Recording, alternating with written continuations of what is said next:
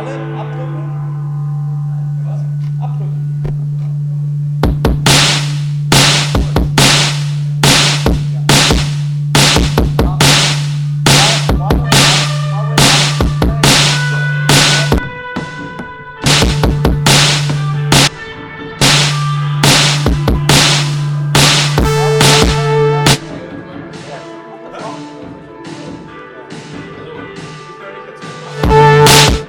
Yeah. While we're not playing, we have to take them down.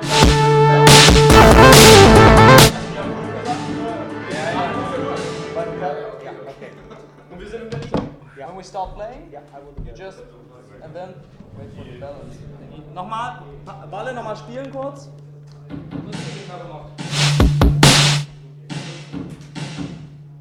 Das Sound from that.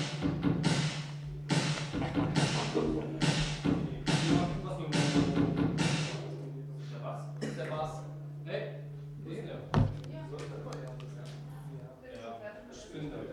Alles klar. Wollen wir jetzt mal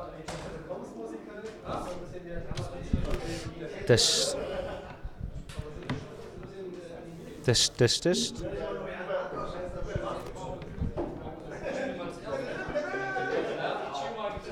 Test. Test, test, test. Test 1, 2, 3. Ja. Volgens mij zijn we gewoon hartstikke live. Dus I would love to say hi to everybody who's listening to this Friday at 6 radio show. There are a lot of things that are going on at this moment. We had a setup in about 20 minutes of the Mint Band. And they're going to play 4 songs for us today, and they are experimenting as well with new equipment that I think is going to sound fantastically. And Sebastian Wilsdorf and his Mint Band are going to kick ass. The same as us, because we have today 4 guests that are really also trying their best to become the next hot thing here in Berlin. And I've seen people nodding with their heads, so yes, they think they're going to be great during the show as well. So we'll see about that, if they still stand after 1 hour. No, I'm just joking. So this hour we have guest Malte Schulze. He's co-founder of Styles Club. We also have a guest of Crowd Park, where we are at the office at this moment, because you know we're a radio show about Berlin, about startups and about technology, and we are here today at Crowd Park, which is of course amazing, because Crowd Park is one of the most famous companies at this moment right out of Berlin, and one of their founders, Ingo Hinterding, is going to be at the show. And of course also with us Nicolas Wojcik, my co-host of the Tech Berlin Friday at 6 radio show, and we're going to talk about also the news of this week, what happened in Berlin, and maybe Nico was part of the news himself. Maybe he can chat a little bit about that. And we have also at the table Ulf Pralle. He's founder of Servinda. And later on we'll join Anthony Barber, founder of Join Pistachio. He was earlier on this show before, but he's back again, and he has some exciting news. So I'm really looking forward to hearing what Anthony has to say. But he still has to come in. So while we're not really starting off, because we're just sitting here at the table while everybody around us is eating pizza and is drinking beer, I think we're going to ask the band to start to play, but I'm just checking with Sebastian if he's ready.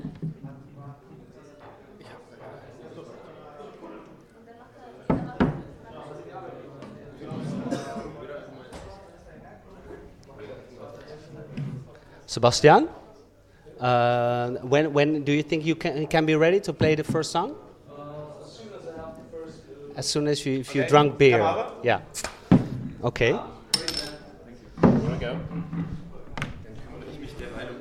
So could somebody, Ingo? Yes? Okay.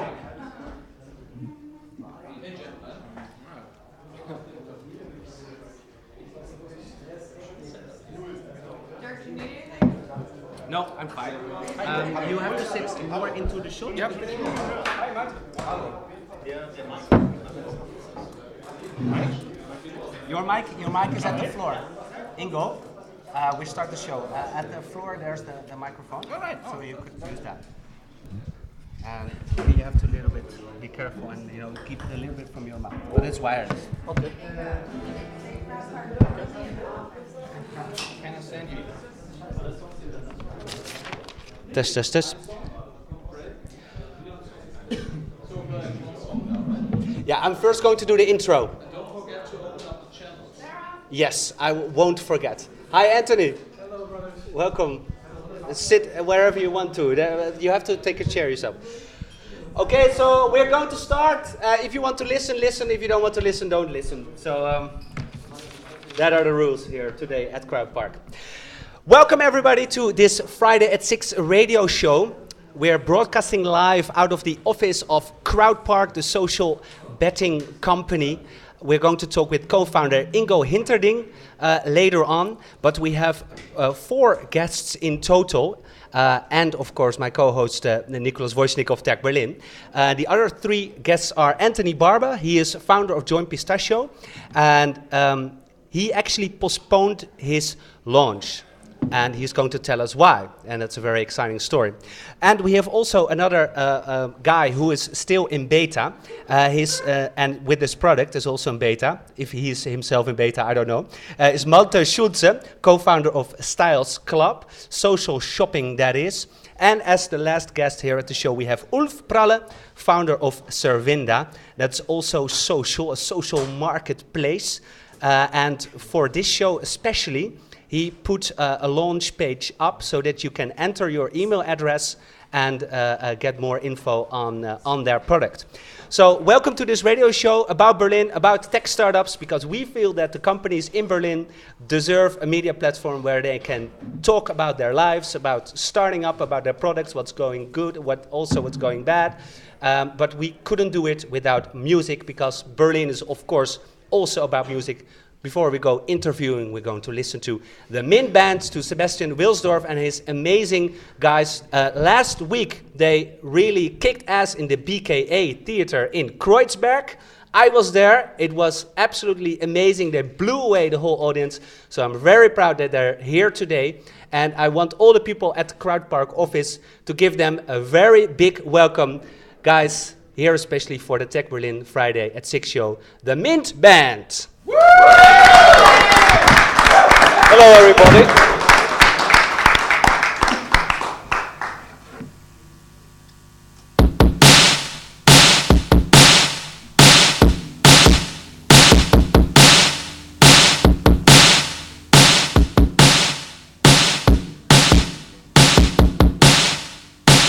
I remember you walking out this door, and I feel the shame and I'll take the blame again. Doesn't seem better now the way you play. I don't need your compassion, I don't want your love. I need to get unconscious, I need to dip to blood. I wanna run forever, never turn back. I need to get delirious, I need to dip to blood.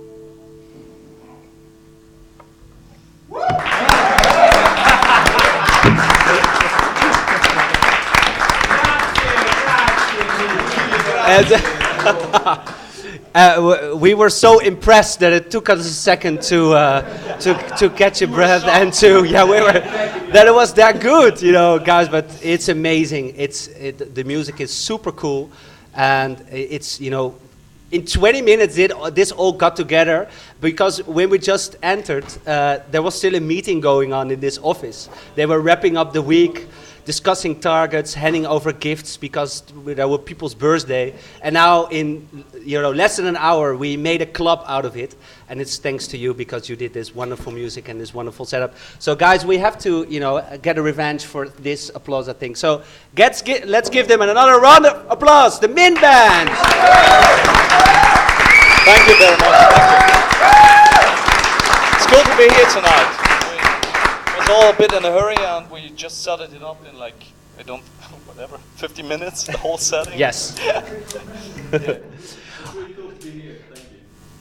Okay, so we're going to talk tech now, and we're starting with CrowdPark with co-founder Ingo Hinterding, just receiving 4 million euros of... What? Yeah, that's quite That's a lot, right. isn't it? Did you put the microphone on, or? No, it says on. It says on. Hello, test. Okay. Somewhere on by default, right? Yeah, right. Yeah, but I think we're back now. Could you, Ingo, Yeah, hi. are you... Yeah, could you say something to test? Test. Yeah, wonderful. I just said you received 4 million euros in funding from 2 investors. That's right. Venture capitalists. Yeah. They are called in the ecosystem. These are people who help you forward. Hope so, yeah. That was the for the answer money. that I was waiting for. Hope so. Yes.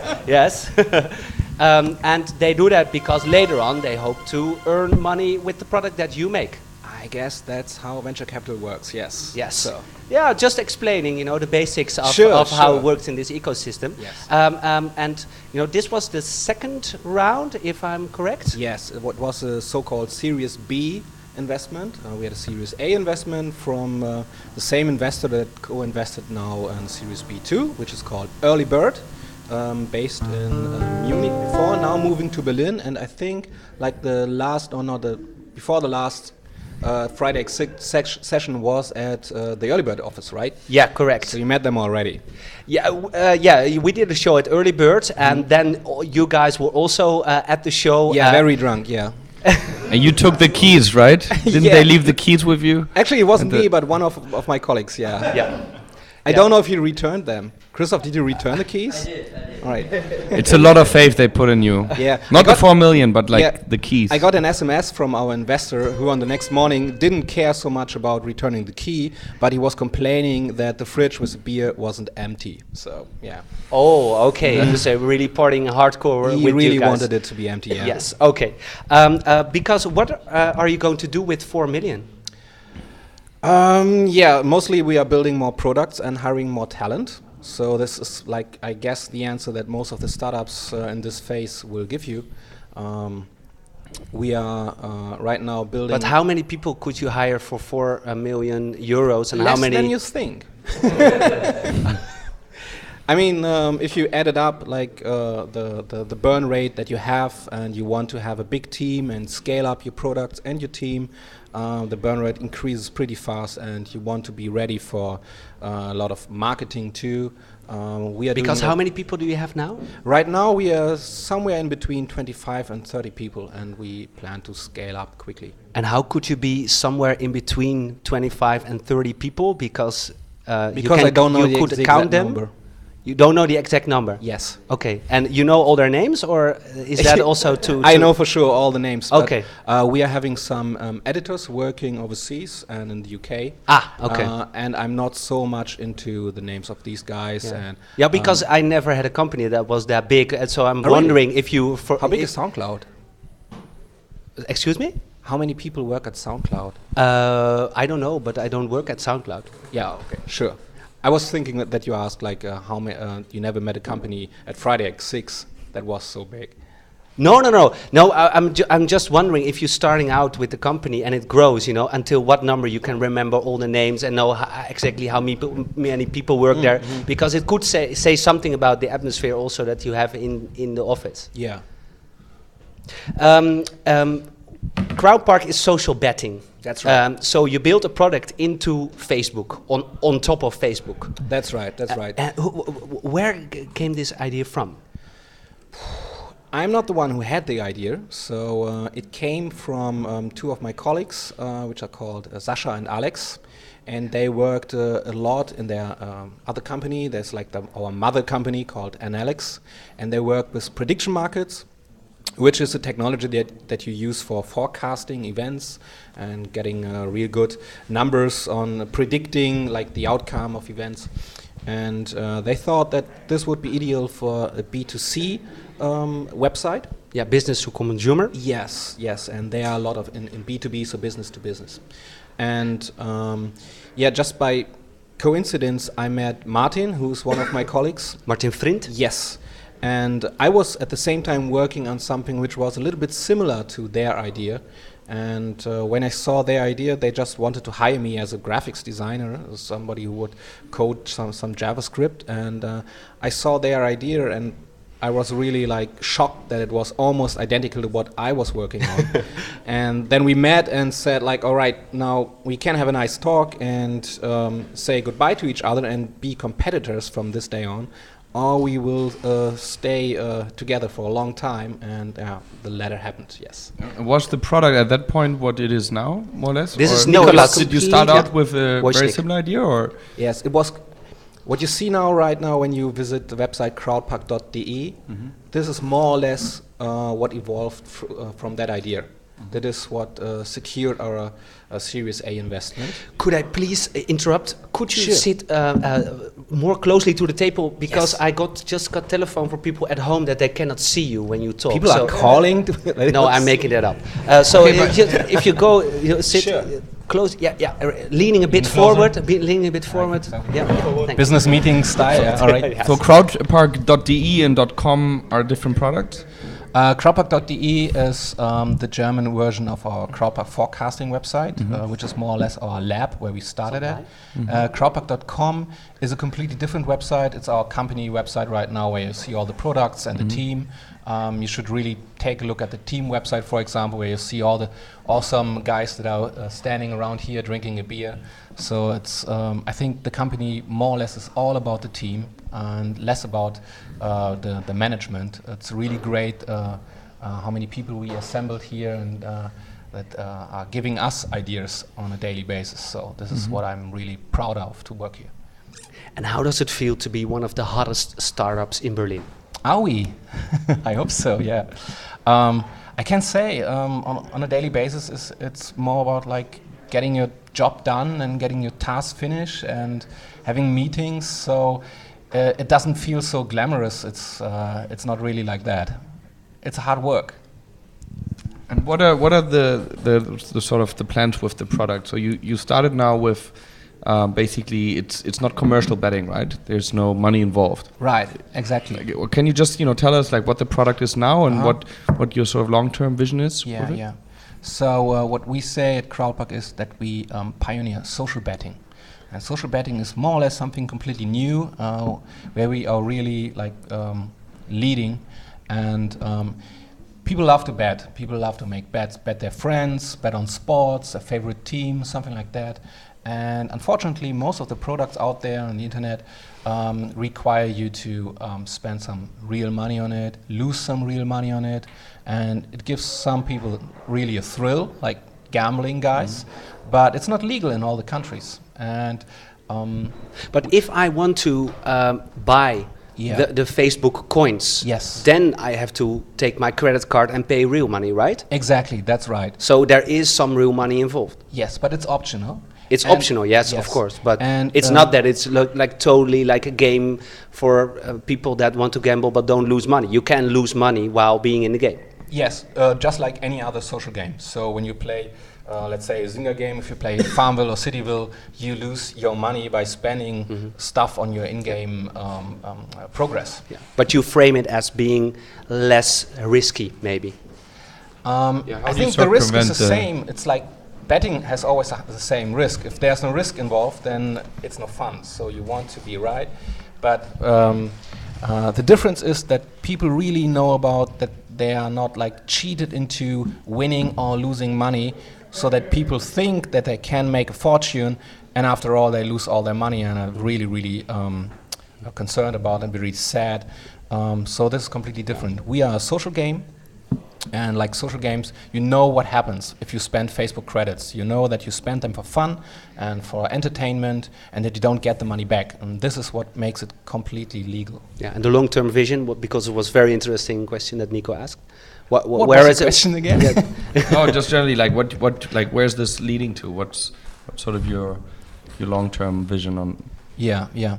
So on the one hand, we are what we call verticals. We are building verticals on Facebook. So more games with social betting as a theme and as a core game mechanic are coming out soon. So stay tuned for that. And we are spanning cross-platform. So we are working on a mobile live betting version too. It's called Fanatical. I think you can see a poster out there. Is this news? Did you mention this before? You mean I broke my own embargo? I'm not sure. What you can just see did? it. You can read it on the website. So I guess it's no use anymore. Okay. Shame. So, yeah. Yeah. So you didn't read the website. This part I didn't read. No. All right.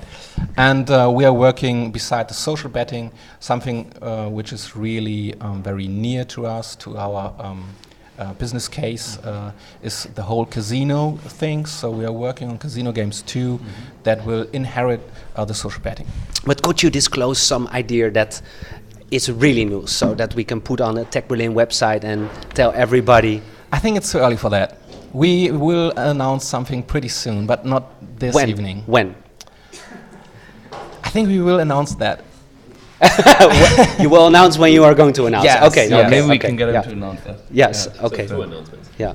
So here at the table with us are, and this is really special, 3 other people that are also dealing with Facebook with their products.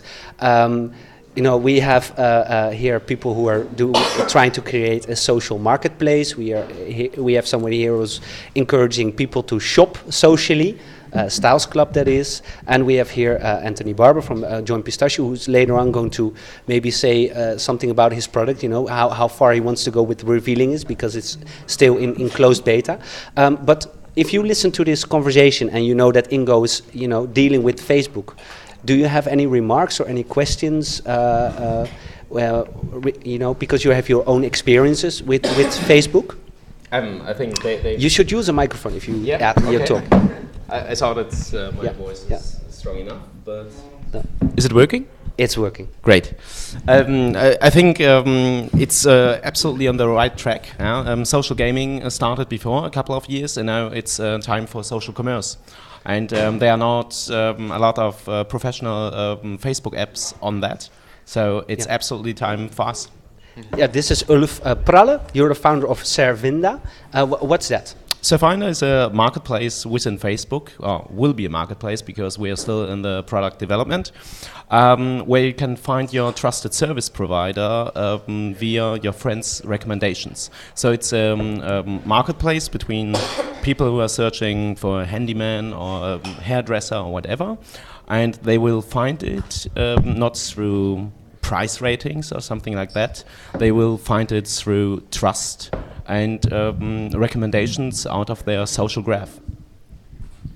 Yeah, I like that idea actually. I tried to find you guys, doing research on the show. I couldn't really, so I hear it for the first time, and I actually always do that. So I think just within the last weeks, I posted on Facebook looking for a lawyer, looking for a shoe store, probably even a hairdresser. So more or less the examples that you used, and so that is, I think, the kind of way I would.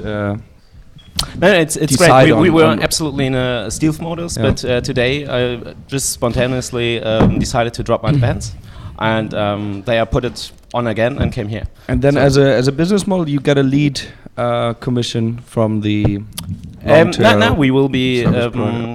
It will be even better there. The service providers who will be premium on that will pay us abo, that people who are searching for their services can find them.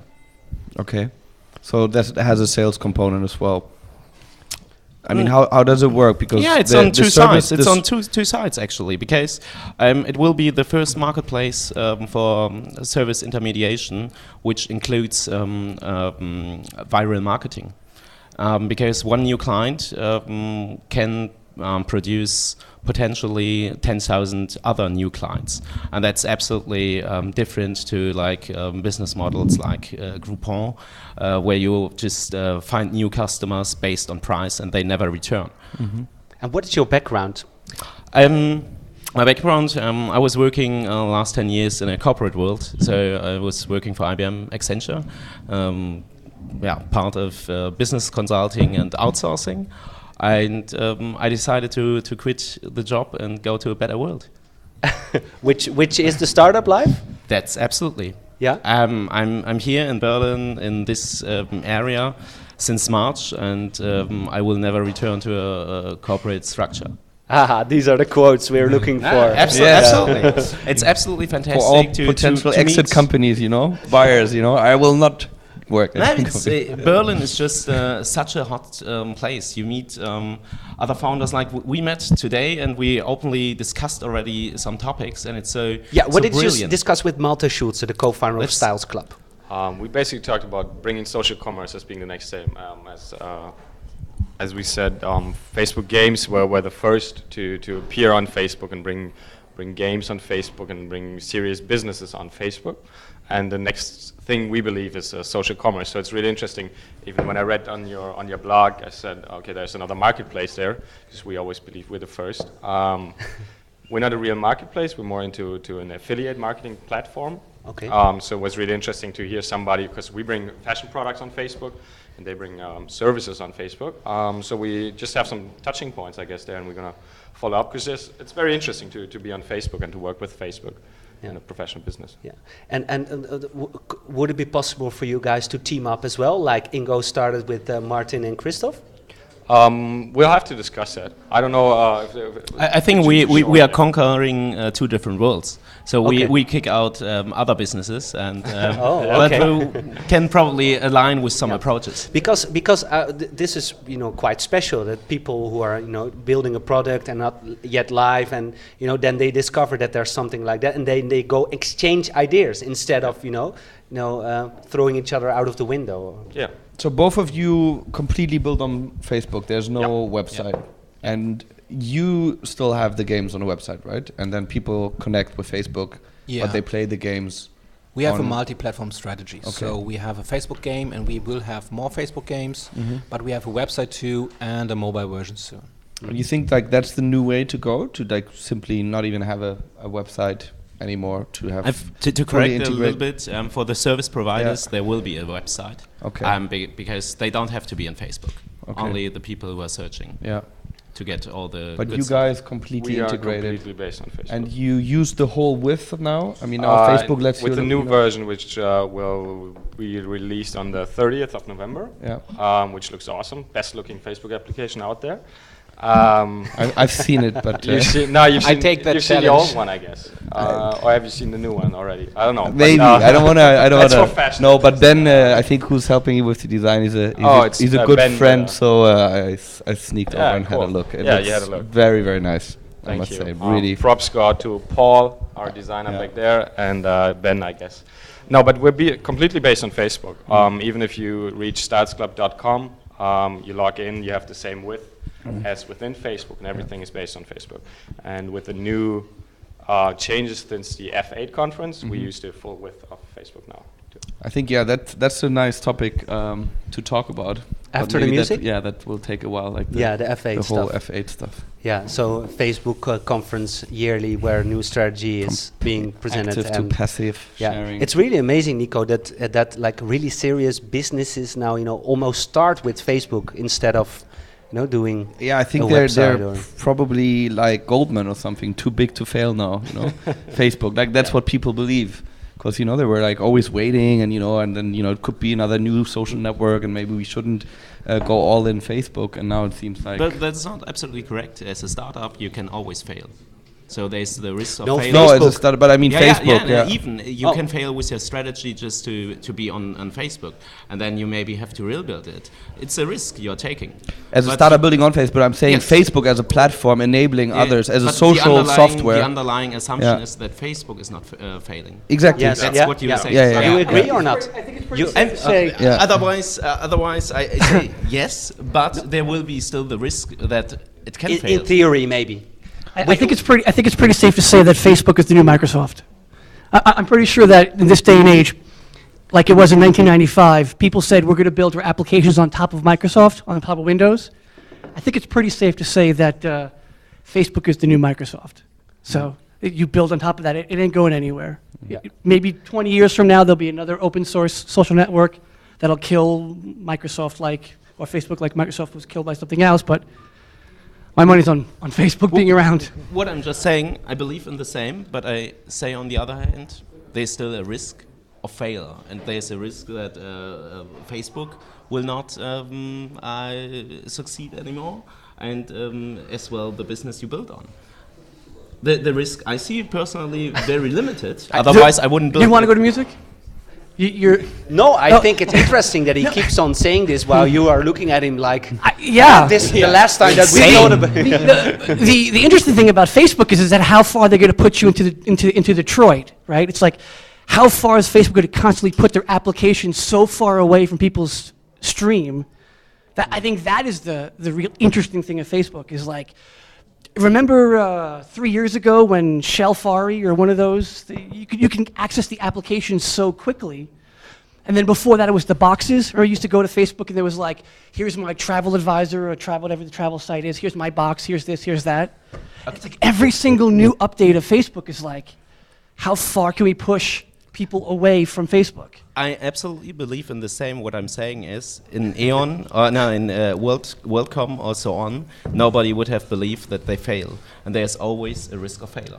That's yeah, you just want to, there's integrate this There's new... no yes. 100% solution, Yeah. but I believe in the same. So you're speaking my voice. Absolutely. You don't want to be in a bubble without knowing it. Right.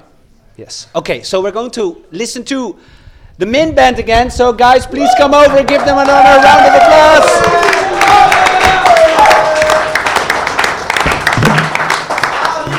Sorry, I didn't want to.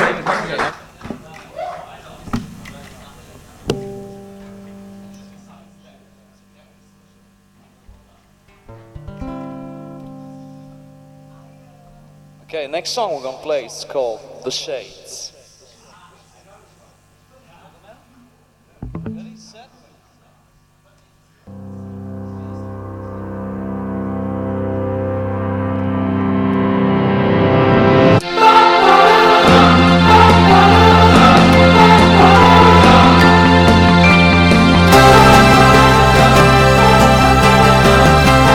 I'm running fast and slow. I'm searching high and low for you.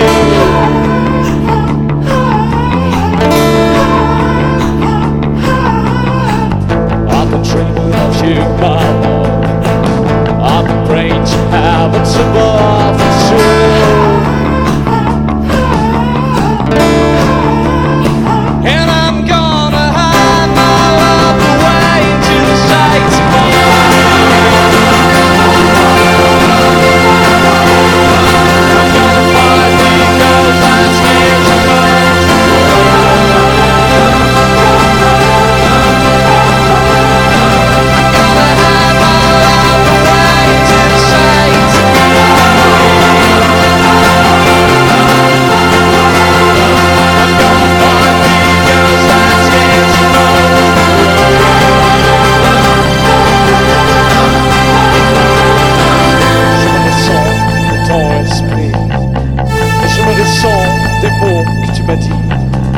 I'm still dreaming of you, my love. I'm still longing for don't go, my love. And I'm gonna hide my love away to shades of morning. I'm gonna find the girls that scares you most away.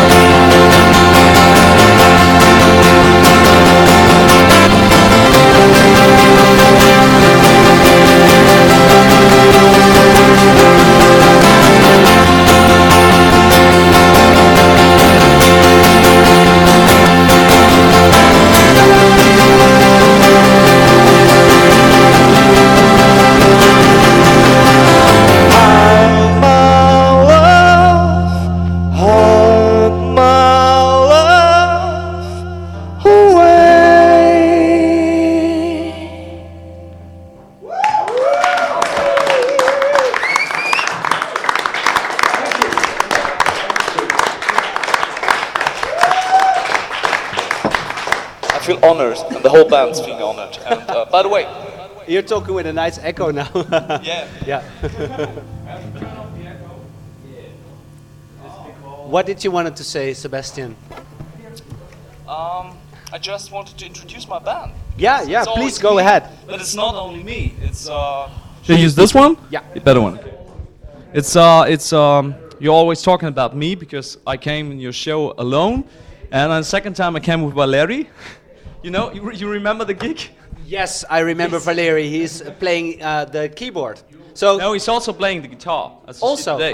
only today. And Okay. apart from Valeri, Do you want applause for your band members? I think you want applause for your band members, right?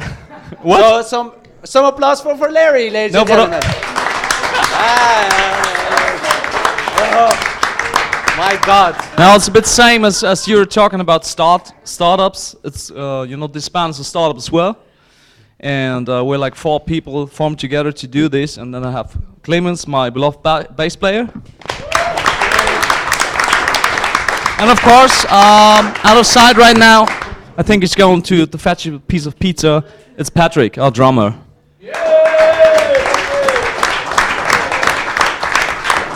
Thank you. And that's all I can say about this. No, what? Where? The 4th one? No, it's me, but you're always talking about me. Sebastian, yeah, thank you. Thanks a lot. So polite he is. Okay, so let's quick. What is happening? Yes. So what about F8? Nico, could you please give a quick recap of what was happening there? And we have this is really cool because now on the show we have 4 guys who actually working with Facebook. So, what do you want to say? I mean, there's still I know that you're something- really excited. You look quite, chill. Well, I'm but always excited when I talk about Facebook. Yeah. okay. Yeah, Yeah. you told me that. Not before. that excited, but excited enough.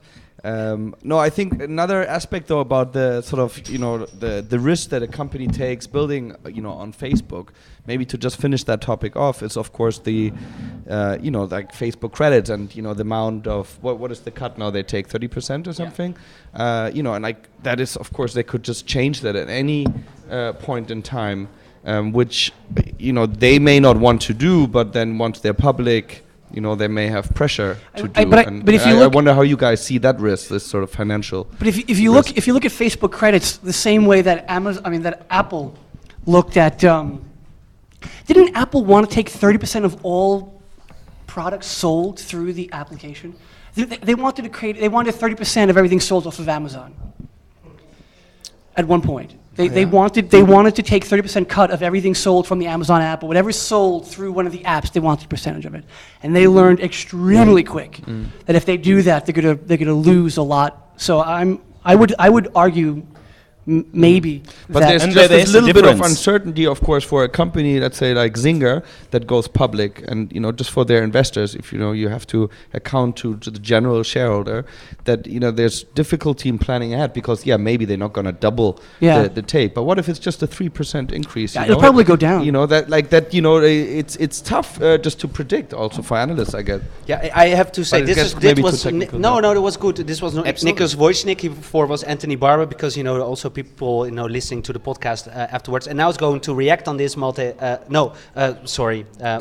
Yeah. you're going to react on Okay. that. So even if it's 3%, is it then a big risk? Okay, first of all, you gave the answer. Zynga is goes public. So it's still working out if you concentrate on that. Secondly, you have really to defer between virtual goods, where you can cut off 30% because there's almost 100% margin, yeah. and real business like products or services. I'm pretty sure that Facebook is very smart. And so they will keep the companies which are built on their ecosystem alive. And if there's a small amount of fee and you are still healthy in terms of business and profitability, For so a who social, cares? you're right. For a social marketplace, then what you guys are doing? How are the transactions? Like people pay with credit card? Can they pay with credits? No, it wouldn't make sense for It's to- even easier. how does it work? It's not based on transaction fees. Okay. Can you elaborate on that? Yeah, you simple pay a premium membership if you're a service provider. Okay. Uh-huh. We don't want to have all the hustle what all the marketplaces are trying to do. Is that a marketplace then? I guess It's still a marketplace, yeah. because you do it, but we are not cutting off. And you guys? We do lead generation, basic affiliate share. Yeah. Get 10% of So the nothing basket. with credits. We You have to talk in it. Okay, we aim to, of course, we are able to integrate Facebook credits. This is something we developed the platform with. We had it in our mind, but right now it's too unstable. We haven't seen any cool apps which are not game working with credits yet. And so we're reluctant to work on that. But just one point for Anthony too, I'm completely with him there. When Google Plus popped up, everybody, even our investors, called us up and said, okay, are you going to build on Google Plus as well? And a month later, nobody was talking about Google Plus anymore. Back then, we would ask every week, can you build this thing on Google Plus too? And now nobody talks about it anymore. So do you Can I- have still a strategy on Google Plus? We are able to build it on Google Plus as well. So you're basically waiting what happens, like everybody Yeah, but else. right now it's not in our focus. We want to build a great product on Facebook first, and then we focus on anything else. Because I believe Facebook is there to stay. It's like you put your company at a big risk, planning completely on Facebook. But if you look back at Google algorithm and you were an SEO company, all the investors said, okay, you based your company completely on the Google algorithm. What if they change that? It's the same with Facebook. You're dependent on them, but I think Google Plus, nobody's talking about them anymore. And I even believe in the investors. They should more take care about the companies who are based on Google to make lead generation, because Google itself is their biggest competitor. And they are starting with hotels and flights, and there will be others where they will kick out aggregators and lead generators. So it's great time for Facebook. Yeah, well, actually, when you look at the search market, right, and I know something about the search market because I had a social shopping site 4 years ago, and yeah, I mean, because all of our traffic came from Google, it was enormous lead generation. But what I think the magic about Google is that their index is decreasing, right? So the beauty of the future of search, especially as we go into a mobile world, right, is how many people do searches through Google on the mobile application, right? So they're sort of going into silos, right? And the beauty of these silos is that if you're looking for recommendations for restaurants, or you don't go to Google anymore, right? And I think that over time, Google's gonna have a huge problem with the amount of great content coming from Realtor.com or coming through Yelp or But you know what they may just end up doing is just to steal that content. No, and you can't display anymore. it, because I was No, but you can't. But I'm not like so knowledgeable about the subject matter. But I was at Springer now for those media entrepreneurship days, and I ran into. There were all these guys from the board of directors and all the top managers that were running around, and I ran into this guy who was sort of lobbyist on behalf of Springer, and and he told me that they're connecting with all the big publishing companies. What was in that? Europe. Is it what? A lobbyist? Yeah, What? for Springer. I want to know that. Let me let that sit in for a second. Okay, go ahead. Yeah, this is the real world, right? Yeah. And he. I don't know if that was his official title, but basically they connect with all the big publishing companies in Europe, and they're suing Google because of exactly that. If you look at price comparison sites horse like is out of the- Idealo, for example, Yeah, but that the horse is also- out of the barn. Yeah, Idealo Right? creates this content where they you compare all the products and prices, and Google just takes that content, displays it on the front page. But that's- sorry, that's- Nico. What's the point? Why do you say No, that? no, the 'cause same look, thing because could I- happen with the verticals he's No, talking no, no, about. no. With That's the a silo 2000 apps, that are creating, But that's a 2004 argument. I mean, that's like saying, we're upset with Google stealing blah blah blah blah. Right? But that's 2004. Right? We're moving into a mobile world where I'm not searching for restaurants on Google anymore. We're searching through Yelp. Right? So the problem is that how do you index content on a mobile app or an HTML5 app? So. Yeah. Ingo, what are your thoughts on this regarding CrowdPark? I can't say so much about the mobile strategy. So, or what you just said about how it evolved. So, I don't know. You have a strong But opinion you, on but, that. but you don't have a mobile strategy. We absolutely do have a mobile strategy, but it's not so much about how content is indexed and how it behaves and all that. I think mobile is the next big gold digging area after social gaming, and it's extremely hard to score. But don't you there. ever think about, is it going to be Google on the mobile, or are other things going to be more, popular? Like in general, isn't that something that is on top of everybody's minds now? I don't really know. For him, I don't think it's so No? relevant. It's not but relevant for you? for people that create content, that in verticals, like Anthony's saying, that may be an issue because Okay. obviously Google wants to just steal that content from you. Exactly. Yeah, but the web is gone, right? As we know it, it's going mobile. I mean, the amount of traffic going to the internet, right? The internets, as we call it in America at times. The amount of traffic that's going to the internets is dramatically being reduced every single day on desktops. Google owns the desktop, right? So the real question is going to be, when you want to buy a book on an iPad or an iPhone, you're not going to Google anymore. You're going straight to Amazon. And Google's going to lose a lot of that juice. They're going to lose a lot of that power, which is crazy when you think about it. Like we have to start thinking post-Google, right? Then that's sort of, Pre-pistachio. Okay. We're thinking pre-pistachio. we're thinking crazy cashews is what we're thinking. No, To I make mean, it a little bit more controversial, I absolutely agree with you because With Nico, yes, says Ulf. because it's not about stealing the content. Google already has the algorithm behind, and that's the main power. They are replacing what I'm saying. They are replacing the Yelps and all the businesses which are based on Google. And that's why I'm saying, like, doing the business on Facebook is even preventing or like protecting you, because all the aggregators and lead generators on Google, they are dead, but they don't know yet. yeah, well, they've been dead for a while. Yeah, I mean, the lead generating aggregators, I mean, that whole business of affiliate marketing and what's happening there, it is, oh my Based Jesus. on Google. It's based on Google, mostly. Sorry. It's based on Google. And Yeah. that's their big mistake. Now, it was still referring to the point when the question was, okay, when the investors asking you, okay, Google Plus came up and what will you do? I'm saying, what I answered was just, you can maybe see it in the recording, that the investors should better watch on what is Google doing instead of asking, okay, you're based on Facebook and now Google Plus is coming. Yeah, but you're in an amazing opportunity. All three, screw it, all of us are an amazing opportunity now because Absolutely. yeah, because if you look at social shopping, right, it really has to do with what the crowd finds worth buying, right? Which goes completely against the whole Google indexing, right? Exactly.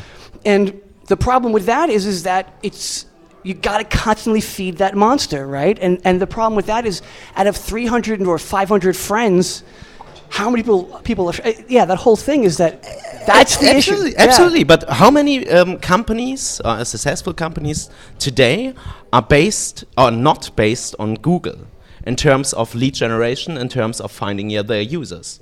Yeah, well, but for shopping. Huh? For shopping, you mean? For shopping, for lead generation, whatever. So that's Yeah. what Yeah. I'm saying. Yeah. We are in a great spot because Amazing. we are not based on Google. Amazing. Absolutely. Aha. Oh, okay. Yeah, I thought, well, where was this leading to? But you agreed They upon come that. to a conclusion. Yeah. We agree that the power of Google for commerce is diminishing. Yeah. We agree on Yeah, that. come on. Yeah. Harumph, harumph. Okay, I asked the band to play another song. Then we do F8, and, no? and they gear Please up. do a little F8 after. You had your chance to F8, man. Come on, yeah. Well, but we can talk after the show about F8 with all the interesting people, because you're still listening to the Friday at 6 show.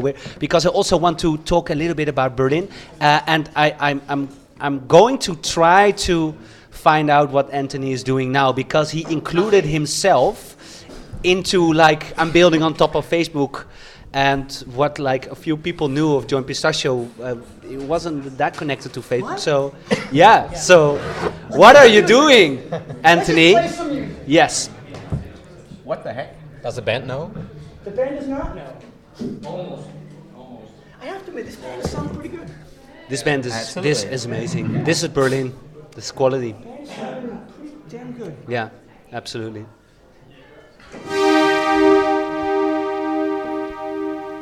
Next song we're going to play is Angel Hands.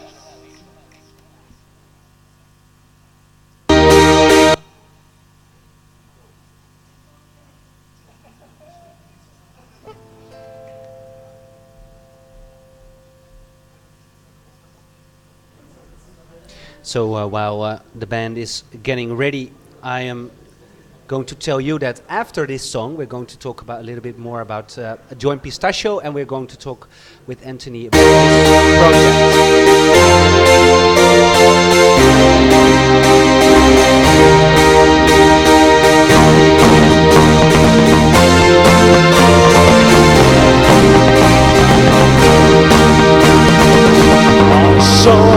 Till last night, running down your cheek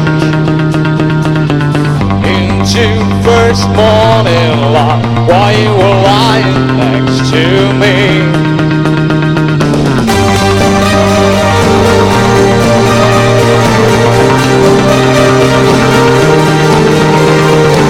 I can't blow away your past, at least I will try.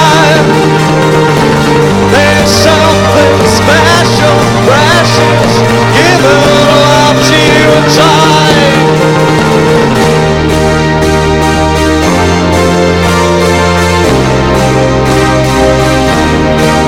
Until the elves, it's song in angel hands. In the elves, it's song in angel hands.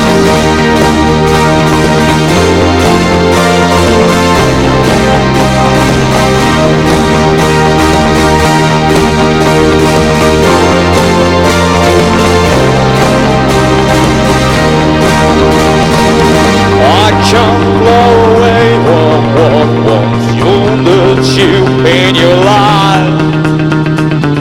Those souls may appear, surround you every time you close your eyes at night. In the elves, it's song in angel hands. In the elves, it's song in angel hands. In the elves, it's song in angel hands. In the elves, it's song in angel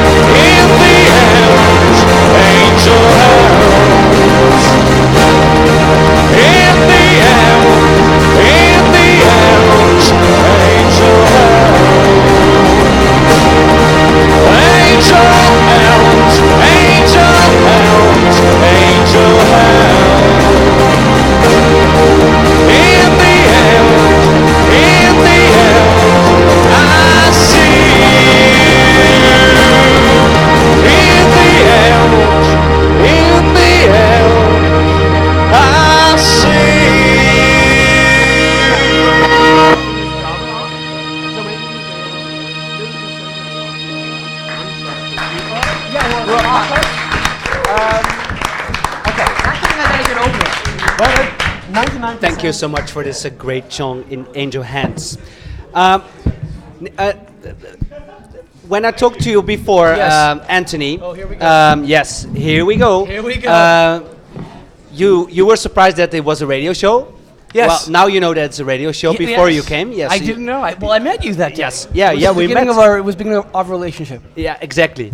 And I Now met you we, a couple of times in between. Yeah. I was one of your loyal beta testers. Yes, but you definitely then- were. But then I gave up on the product, and you decided No, not I know to why. not I know to why. launch. We could, I mean, I'm obsessed with this topic lately. This is my big thing as of late. Tell me. Yeah. First off, I want to say, I just saw the Fanatical poster. When can I invest in Crowd Park? Awesome. I mean, that is like, I saw that.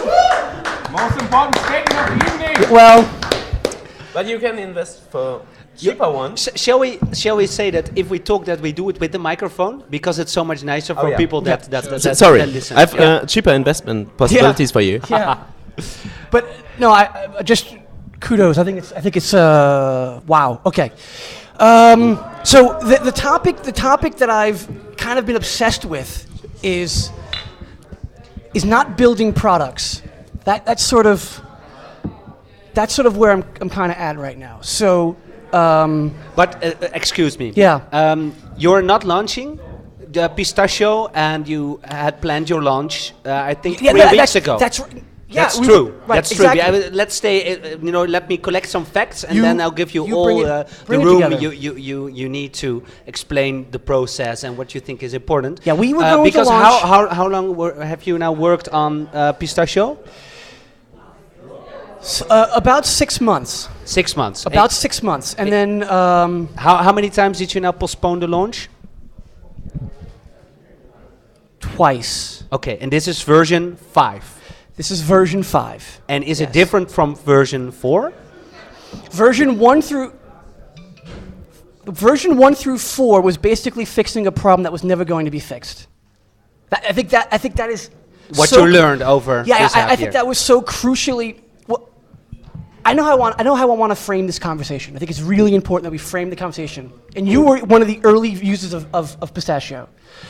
What we were building was chat roulette for phones. It's pretty safe to say, right? So version 1 was simply chat roulette. And what we realized, everyone knows what chat roulette is, people, right? Roulette, got it. What we realized was how do we keep on increasing people using chat roulette on day 2, 3, 4, 5, 6, 7, 8, 9, 10, right? So version 1... Because it was about meeting people spontaneously. In the real world. Yes. Yeah, it was sort of the... You would just invite people that you've never met and then... Exactly. Yeah, exactly. I think this is so fundamentally important for any startup to understand this concept. Was version 1 was basically chat roulette for mobile. And version 2 was chat roulette for mobile with buttons. Version 3 yes. was chat roulette with buttons and follow feature. Version 4 was chat roulette, buttons, and gamification, right? And so what we were trying to do is we were trying to fix something that nobody wanted, right? And that took us a lot of time to stop building stuff and go talk to the beta testers at a bar and say, hey, why are you not using Pistachio anymore? And what we kept on hearing over and over and over again would have saved us version 1, 2, 3, would have saved us 2, 3, and 4, right? So the hard part was we were going to launch on Halloween. I'm an American. I like to launch things on holidays because I have a really bad memory. So we were going to launch on Halloween, and I sat at a Starbucks. I told you the story. I sat at a Starbucks, and I used all of our competitors, and I used our product, and I realized, wow, we all suck, right? Collectively, nobody wants what we're building. And what is now exactly the lesson that you want to teach other startups in this process? And what is the feature for version 5? Well, we'll get to that in a second. the point is that you don't need to launch big to realize that people are not coming back to your product. That is so fundamental to the startup scene in Berlin, and we talk about this privately, and I think you're great to spar with. I really do, Derek. I think that you're amazingly instigating, right? And you get me to think. And we talked about this once, and I kind of realized about the Berlin tech scene, and I've been thinking about this a lot. And I think that all of us at this table, the scene in Berlin could be how much we can do with so little. And I think fundamental to that is leaving the office and talk to the users and say, do you really want this social betting, this social marketplace, this social e-commerce, or social shopping? And find out what they want. And the hardest thing for me to realize was that the idea that I worked so hard on, no one gave a shit. And now what we're doing is that maybe some people who are listening, maybe some people at this table got the email that we sent out yesterday. Did you get the email? No. No, okay. We now are actually interviewing all beta testers and people who sign up for the beta to find out exactly what is their problem in the real world, right? Because we have Great some idea. theories. I think this is a great idea. You should make a documentary of it. Yeah, but you really missed the good part when we were going, oh, this is going to be great. This is going to be fantastic. Everybody wants chat roulette for the phone. And Okay, yeah. I want, before because in the end you're going to disclose something about the new product. Yeah, sure, But what you basically say is, okay, admit, when something is not working, and you don't need to have a big launch to notice that. These are the two things that you now said. And Berlin gives you the opportunity because the costs are low here. You never could have done this in America because you had to launch because of the big costs. Absolutely. So how do the other entrepreneurs here at the table react upon that? First we start with Ingo, Interding, co-founder of Crowdpark. Before answering that, I actually want to ask you something. Yeah. How long did it take you to realize that what you think, what makes this product so awesome, isn't what other people think? What was that? It makes me choke thinking about it. So what you're saying is, Like when did I realize it wasn't awesome? Yeah. Because usually, Well, I mean, you want the? I'll give you the short answer. The short answer is, I always knew it wasn't going to work. Always. So what kept you going? Because I'm an American and I have great optimism.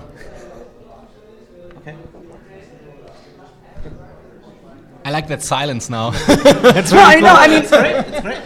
No, because The German pessimism. Hey! Why would this work? No, I knew that we were going to figure it out sooner or later. I knew we were going to figure it out sooner or later. But when I sat at the Starbucks, looking at our application, did you ever have a girlfriend that cheated on you and you never admitted it to yourself? Right? That's what it is. That's exactly what it is. Is that you know she's cheating on you, but you think maybe she's not cheating on me. So in your mind, you knew from the beginning. No, maybe this will work. No, she's. And you knew in your heart. I want other entrepreneurs to react upon. You know in your heart. Yeah. We had a similar problem. We developed the first program, the first app we put out, and we had this great idea to do fashion and to measure fashion analytically and discover fashion through people. And we built this pyramid basically. We said, okay, you see a cool guy, the guy is cool. You see a person, the guy is cool, and he has cool products. So develop the app we wanted to do that you discover people and then their fashion. Yeah, and it sucked. I think that I know where this leads to. That you say, okay, that we found out that the product didn't work. But this is a situation where you pretend all the time that you think you're going to make it, but in the back of your mind, so it's not that honest. It's not that clear even. Any entrepreneur, it's an internal dialogue. Yeah, but any entrepreneur can't wake up to the reason. Because if you do that, you're not an entrepreneur. No, you work for Siemens. That's the whole point. Is that you have sort of this ridiculous belief. I think there are two sides of the medal. On the one hand side, I say chapeau, that you keep on going and that you really go for your passion. Yeah. That's about being an entrepreneur. On the other hand side, that's my rational mind. I'm Yes. saying there's a certain point where you have to decide or skip it or do it. Whatever, just doing mathematics, because the life has several more projects, and one project or one failure is not a big mistake. It's just lessons learned, and keep on going then. But the question then really is, for this analytical mathematical mind, couldn't you do the math before you actually build the product? No. And that's what the problem that we did, was that we really should have spent more time. The only thing what on I'm the saying math is, before. it is great to move forward, but the same with stock options. And especially as an American, you know it even much better than we do. You need a stop loss. So, and there's a certain point everybody has to set in the very beginning to say, that's my point to go out. And until that, I do everything. I do everything to keep on, bring the product forward. That's very dangerous thinking. My wife, honey, I love you if you're listening. My wife thinks like that. And it's really difficult to think that way, because if the stop loss was September, or if the stop loss was October 15th, we would have had to stop. But I'm pretty sure we got it now. Like, I'm looking at the data. I think we got it. But this is still, entrepreneurship is not only about passion, it is also about calculation. Yeah. And the first thing is you have to calculate for yourself how far you're going. For myself, for example, I go until I'm on 0. If my account shows 0, then I stop. Wow, I think that's really pretty dangerous. So, Yeah. I'm totally what Arthur said. Like, it's all about like all the metrics. It's all about the mind and all that, and it's pretty European, even German. But it's a passion that drives you over that line that's needed to really make it. And part of that is the metrics and your business case and the revenues and all that. But you're a startup, so you're made to suck at the beginning. Yeah. And you need to fill that dry face with passion.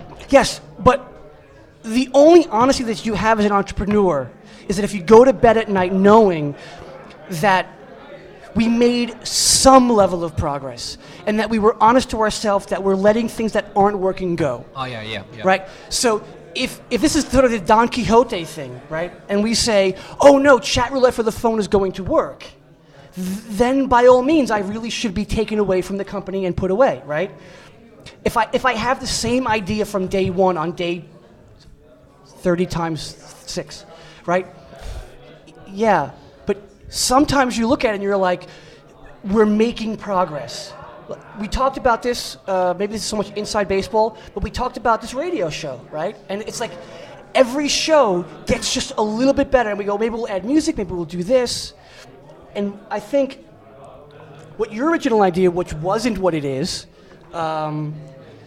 you sort of need that drive, that is like that insanity to make it better. Yeah. Yeah. No, I was just thinking about mathematics, and that this radio show then is also a foolish game to continue. But this radio show also drives on the passion.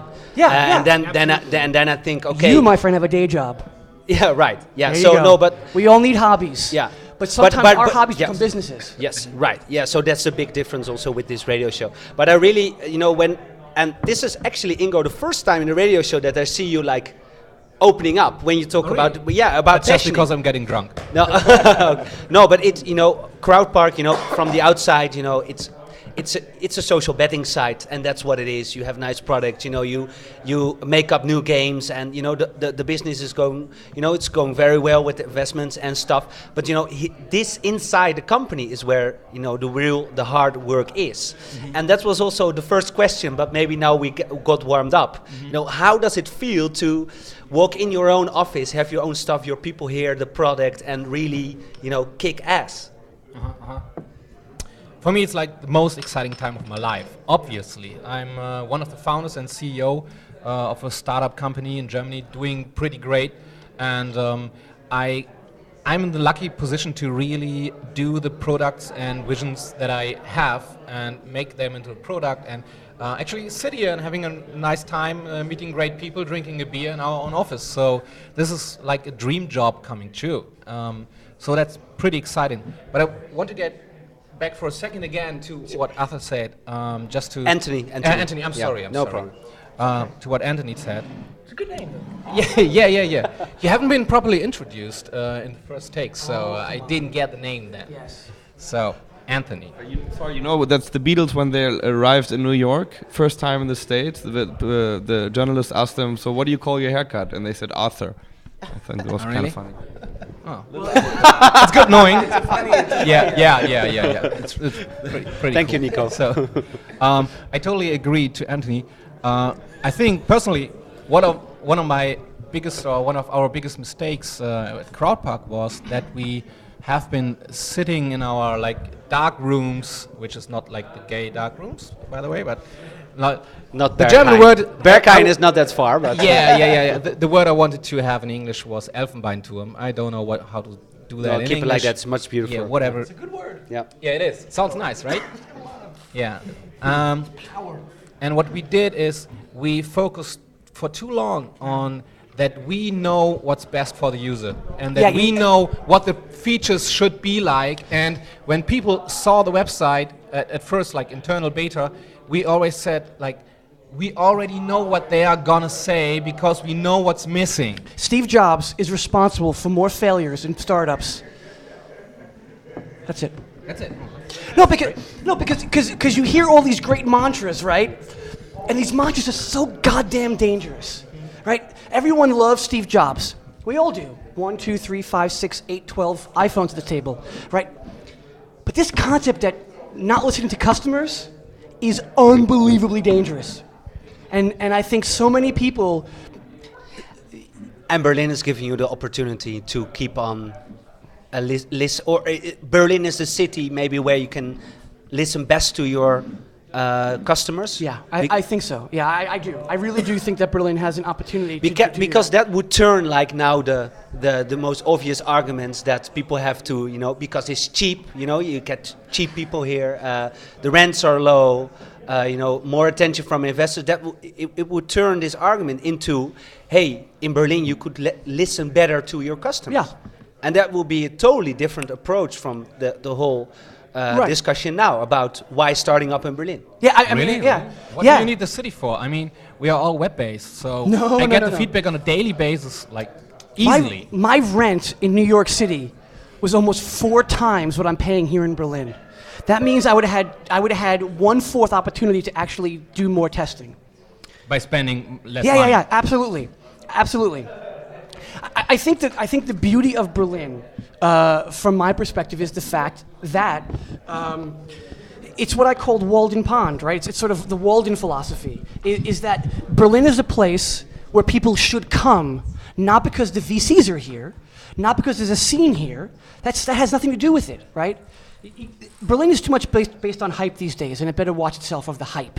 But the reality is that Berlin is a fantastically amazing, magical place for someone to leave New York, San Francisco, London, Paris, to come with an idea, whether it's social betting, social shopping, or social marketplace, come to Berlin, get a cheap apartment, get your team together, get it all set up, and test and talk and test and talk. Get the product when it's ready, then go raise the money and have a better product. That's Berlin. Absolutely agree, and I disagree with we are all just web-based, because still everybody needs real contact, and that was the thing what drove the success of Groupon, because they had a fantastic sales team.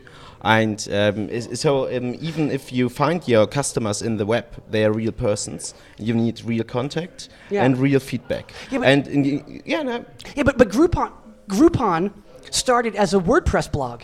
Yeah. And the first product on the Groupon was a pizza. And that pizza was a friend of theirs.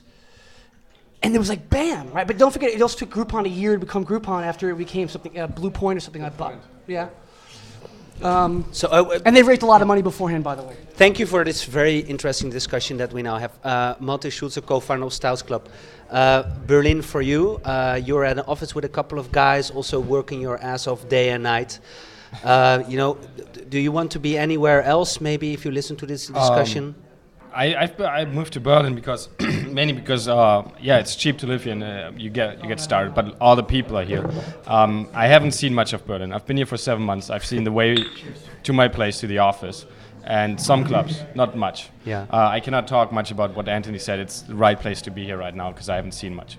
Living in the office and talk to people, of course, but you're here, so it's the right place to be. Yeah, that's it. That's the bottom line. Yeah, and Ingo, because so you're talking about maybe leaving Berlin in the end if it's necessary. No, not at all. It's the best place to be. Period. Okay. I misunderstood then. Yeah. We are right now thinking about opening more offices, and we have our first small offices just opening in San Francisco, just because we are near to Facebook and Zynga and all these companies that really matter in our genre. But Berlin really is the best place to be. And we always have discussions with other companies or other investors that they say, like, you have to move to the States as soon as possible. Like all the possibilities and the connections. And I say honestly, screw that. Berlin is really, really good. It's really better. You have very much creative talent working here, just looking for jobs. You have a lot of talent that you can acquire from Eastern Europe countries. So it's really the greatest place to be. So yeah. And Anthony, you want to tell what the new product is that you're going to launch? Yeah, it's in one sentence, if possible. Version 1. Not possible.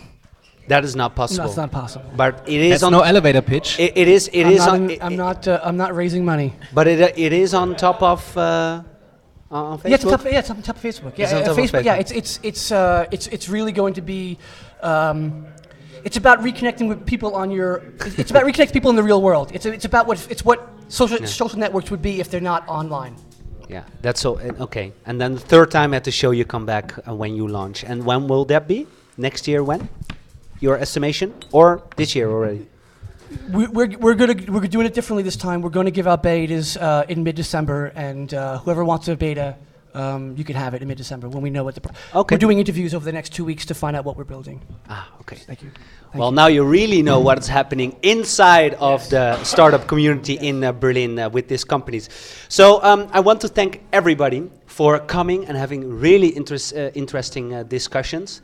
Thank you so much also for the flexibility to come this early also at Friday afternoon at 6 because normally everybody's still working. And I'm going to give you all the names of the people that were here at the table and thank them at the same time. Malte Schulze, co-founder of Styles Club, thank you so much for being here. Anthony Barba, founder of Pistachio, thank you very much. Ingo Hinterdin, co-founder of Crowdpark, thank you so much for having us here at the office as the Friday at 6 radio show. It was a pleasure. Thank you. And Ulf Pralle, founder of Servinda. Now opening up, if you want an early invite, you can put your email address on their website. Thank you so much also for coming. And of course, my dear friend, Nicholas Wojcik, Tech Berlin. Thank you so much for coming to your own radio show, to the Tech Berlin Friday at 6 radio show. You should thank him. we all thank him, right? Let's give a round of applause for the man himself. Okay, thank you for listening again. Next week, talk to you at Smeet. So come over, the 3D design company, 3D games company, I have to say. Sebastian, what are you going to play with your band for us, Mint Band? So the Mint will play the traditional last song of the show, and it's called Night Flight to London.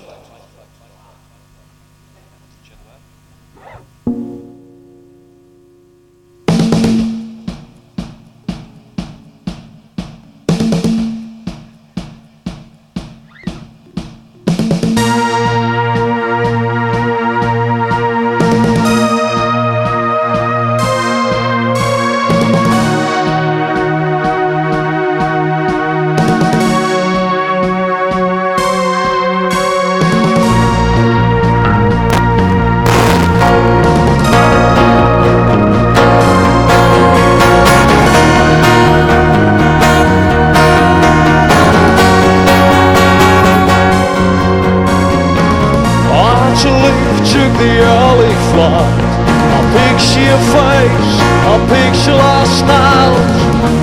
First time for real, hard time to feel. No need for us to justify. I picture town, I picture you around.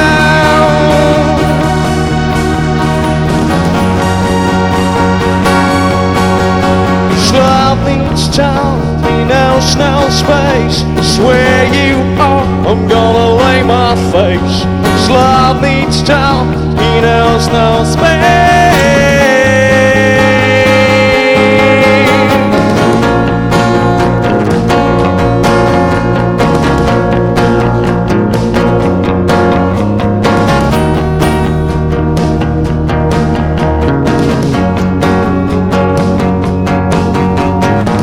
Actually, took the early flight. I picture your face, I picture lost hours. First time for real, hard time to feel. No need for us to justify. I picture town, I picture you around.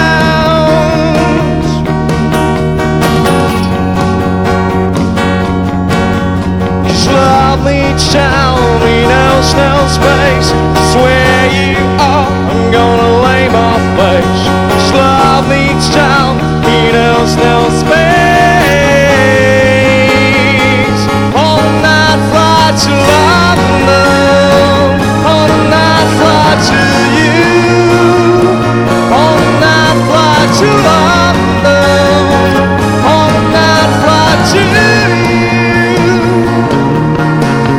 Love needs town, he knows no space. It's where you are, I'm gonna lay my face. Love needs town, he knows no space. On the night flight to London, on the night flight to you.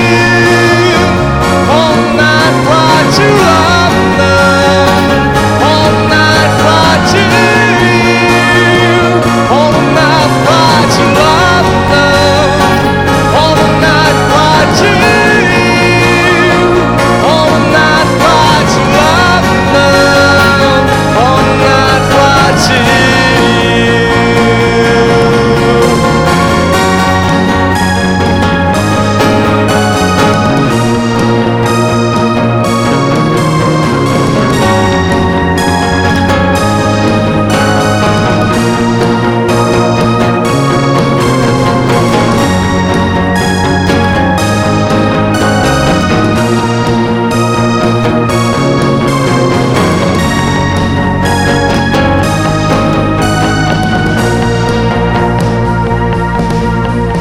Love needs sound, he knows no space. Just where you are, I'm gonna lay my face. Love needs time, he knows no space. On the night flight to London, on the night flight to you. On the night flight to London, on the night flight to you. On the night flight to London, on the night flight to you. On the night flight to London, on the night flight to you.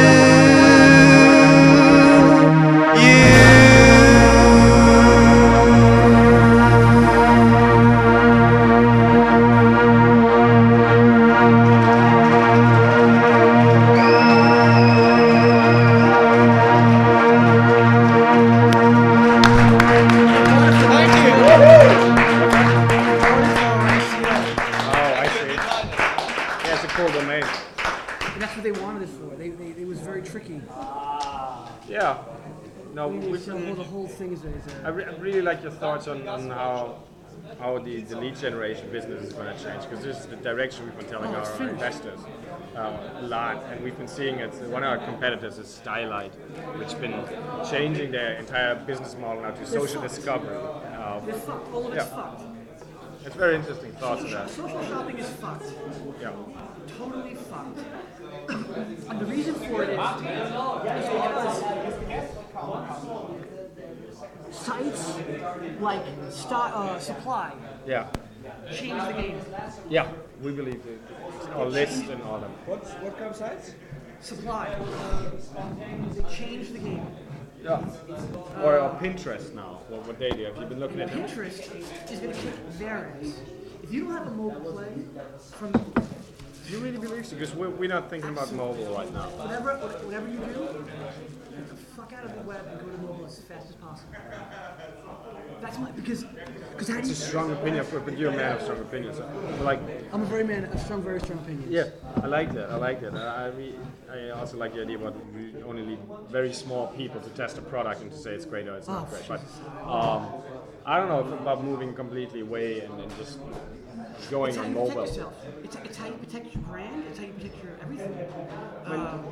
We can take our application right now. We built an HTML5 to be iPad ready and everything, and we can do it mobile, This. but it'd be less. It's this. It'd be less cool. This is the user web. experience. Facebook has more activity on this than you do on their website. I don't know the exact numbers. F8 and F8. I think it's 64.